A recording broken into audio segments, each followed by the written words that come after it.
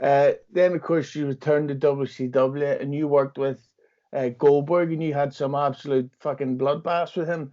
But Goldberg, it goes without saying, there's been a lot of stories that maybe he wasn't exactly Mr. Easy to work with. Like even The Rock has kind of publicly said that he regretted that feud.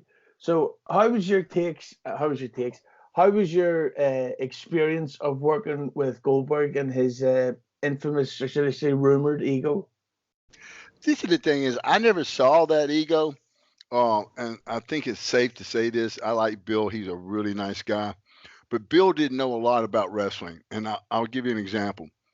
I'd done some spots with other guys like Big O and stuff like this, and the strongman spots where I'll give you one for example where I had Bill in a camel clutch, and he was to come up stand up on his legs with me on his back and do a little, just a back bump with me up on his shoulders.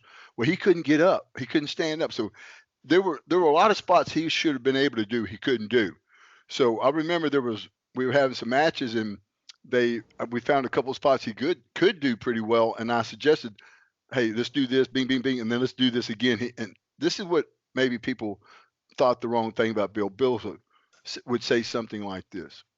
He said, Sid, well, we've already done that spot, not knowing that it's okay to do the same spot twice, especially if you're getting a pop from it. You know what I mean?